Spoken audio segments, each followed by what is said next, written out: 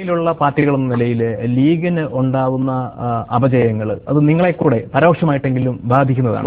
പക്ഷെ കഴിഞ്ഞ തെരഞ്ഞെടുപ്പില് ലീഗിനുണ്ടായ പരാജയത്തിന്റെ കാരണങ്ങൾ താങ്കളുടെ അഭിപ്രായത്തിൽ എന്തൊക്കെയാണ്? ഈ സുന്നി വിഭാഗത്തിലെ ഭിന്നിപ്പാണ് യഥാർത്ഥത്തിൽ ഈ പറയുന്ന ക്ഷീണമുണ്ടാക്കിയത്. അതാണ് അതിന്റെ പ്രധാനപ്പെട്ട കാരണം. അപ്പൊ അതില് ഈ മുസ്ലിംസിന്റെ ഇടയിൽ ഭിന്നിപ്പ് വന്നു, ഡിവിഷൻ വന്നു. കാന്തപുരത്തിന്റെ നേതൃത്വത്തിലുള്ളൊരു വിഭാഗം, EK എന്ന് പറയുന്ന വേറൊരു വിഭാഗം. ഈ രണ്ട് വിഭാഗവും ശക്തമാണ്.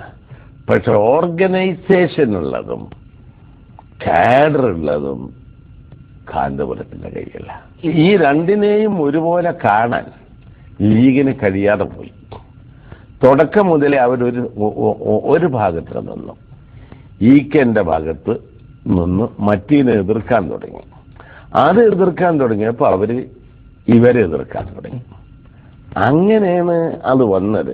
അങ്ങനെ വന്ന് ആ ഭിന്നിപ്പ് വളർന്നു. അല്ലെ, ലീഗിനെതിരായി എന്നതിന്റെ അർത്ഥത്തിൽ അവർ അപ്പുറത്ത് ഒരുപക്ഷെ ഇടതു മുന്നണിയോട് അനുഭാവം പുലർത്തുന്നവരായി മാറി എന്നാണ്. അങ്ങനെ അവര് നിവർത്തില്ലാതെ വന്നു. ഇവരെതിർക്കണം, അപ്പൊ അവരും കെട്ടു എതിർക്കണം. അതുപോലെ ലീഗിലും ഭിന്നിപ്പുണ്ടായി. INL-ഉം അഖിലേന്ത്യ അങ്ങനെയൊക്കെ വന്നു.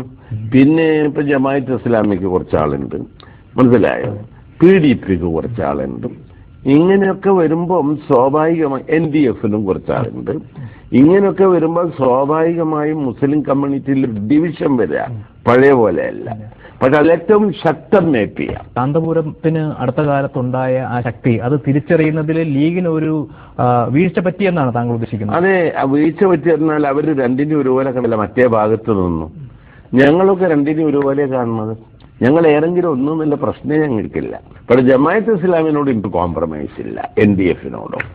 അത് തീവ്രവാദ പ്രസ്ഥാനം, മറ്റൊരൊന്നും അതല്ല. ഒരല്പം ഇടതുപക്ഷ ചായവുള്ള മുസ്ലിങ്ങളുടെ ഒരു അനുഭാവം കൂടി ആര്യാടൻ മുഹമ്മദ് പ്രതീക്ഷിക്കുന്നു എന്ന് ഇപ്പി പറഞ്ഞതിനെ വ്യാഖ്യാനിക്കാവൂ? ഇല്ല, ഇടതുപക്ഷ സ്വഭാവമില്ല. അതായത് കാന്തപുരത്തിനോടുള്ള അനുഭാവം, ആ അനുഭാവം ലീഗിന് എതിരായിട്ട് വന്നു. അല്ല, ഇടതുപക്ഷത്തിനോട് ഒരു ആഭിമുഖ്യവും ഒരു താല്പര്യവും മുസ്ലിംസിന് ഇല്ല. വളരെ ഇടതുപക്ഷമല്ല. അല്ല, നിങ്ങൾ തന്നെ കമ്മ്യൂണിസ്റ്റ് ആക്കിയെന്ന് പറഞ്ഞതുപോലെ അവരാവൂല്ല.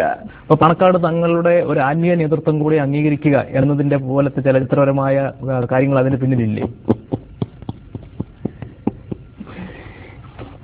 രാഷ്ട്രീയം, മതവും രാഷ്ട്രീയം എന്താ, അത് കാണാൻ കഴിഞ്ഞാൽ ഇതൊന്നും പ്രശ്നമല്ല. മനസ്സിലായില്ലേ? അത് കാണാൻ കഴിയാതെ രാഷ്ട്രീയം നടത്താൻ പറ്റില്ല. നേരത്തെ മുതലെടുത്തിരിക്കുന്ന ഒരു നിലപാടാണ്. അതായത് പാണക്കാട് താങ്കൾ ഒരു രാഷ്ട്രീയ നേതാവായി മാത്രമേ കാണുകയുള്ളൂ, ഒരു ആത്മീയ ആചാര്യനായി കാണുന്നില്ല എന്നാണ്. പക്ഷെ അദ്ദേഹം ഒരു കുറെ ആളുകളുടെ ആത്മീയ ആചാര്യനും കൂടിയാണ് എന്നുള്ളത് താങ്കൾ അംഗീകരിക്കണ്ടേ? അതിപ്പോ പുതിയൊരു കോൺട്രവേഴ്സിക്ക് ഇപ്പൊ ഞാൻ പോണോ? ഞാൻ എന്റെ അഭിപ്രായം എന്താന്നില്ല ഞാൻ വളരെ നേരത്തെ പറഞ്ഞിരിക്കണം. ഞാൻ രാഷ്ട്രീയവും മതവും രണ്ടാ. അത് രണ്ടായി കാണാൻ കഴിയണം.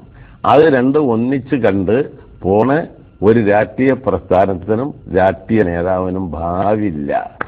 അത് ഇന്ത്യൻ ഡെമോക്രസിയിൽ നടക്കാത്ത കാര്യമാണ്. യാതൊരു സംശയവും എനിക്ക് ആ കാര്യത്തിലില്ല. വ്യക്തിപരമായിട്ട് പാണക്കാട് തങ്ങളും ആര്യാടൻ മുഹമ്മദും തമ്മിൽ എങ്ങനെയാണ്? ഒന്നുമില്ലല്ലോ, എനിക്ക് യാതൊരു വിരോധമില്ലല്ലോ. ഒന്നുമില്ല, എനിക്ക് ഇഷ്ടമാണ്. അങ്ങേര് നല്ല മനുഷ്യനാണ്, അതിലൊന്നും ഒരുമിച്ച് നിങ്ങൾ സംസാരിക്കുവോ?